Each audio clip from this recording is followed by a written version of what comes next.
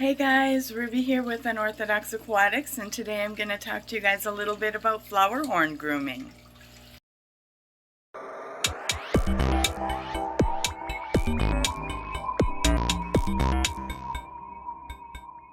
So this is Hammer. He is a Super Pearl King Kampha flowerhorn imported from Thailand. Excuse his tank, it doesn't look the greatest right now because I got him all riled up and he stirs it all up from the bottom. But yeah, he was imported from Thailand. He's 9 inches long, and he's a red base. So let's take a closer look at him. So just a little bit of general info. Flowerhorns are South American cichlids.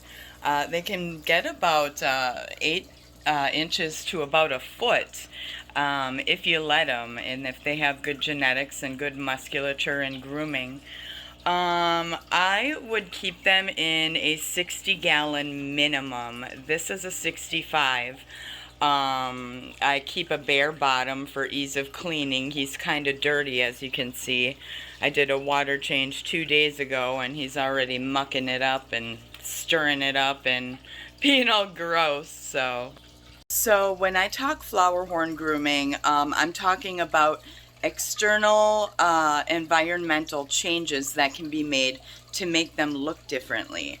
A lot of people don't know about this, like the keepers who don't prep them for competition or breed them. And many variables of things can contribute to good flowerhorn grooming. Feeding is one contributing factor of flowerhorn grooming. I feed the XO triple pack series of food. This is a really decent food. There's XO Starry to improve the pearling, XO Ever Red for reddish coloration, and Humpy Head for musculature and a protein source. Staple foods should also be used for this guy. I use an Excalibur staple food, and I also supplement my flowerhorns with lots of spirulina. You can get this in a gel food form, in a powder that you make into a gel. It's by Rapashi, and you can either get Super Gold or Soylent Green. These are both really good sources of spirulina that really boost their coloration. So see, I feed the Starry for those beautiful pearls on his body and his nuchal hump, or cock as it's more commonly called. And then the Ever Red here for his red coloration, as well as the spirulina. And the Humpy Head is a great source of protein. He thinks I'm going to feed him. And that improves to bulk up their musculature and round and shape the cock as well. Ugh, that water is just, I can't get over it. So, like I mentioned before, flowerhorns a lot of the time have bare bottom tanks. This makes for ease of cleaning.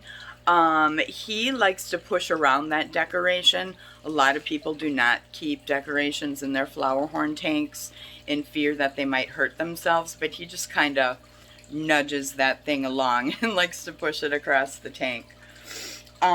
So you can also feed these guys other protein sources like frozen krill, chopped fish, things like that, other than dry foods. But the coloration of the background and the bottom can reflect how a flowerhorn looks. In this tank, I've got a light blue background because light colors or white will kind of set the tone for brightening the colors along with the food supplements. Things like black and navy, those types of colors, they're gonna darken your flowerhorn, and I'd rather have mine lighter so I can see the color, as I condition him.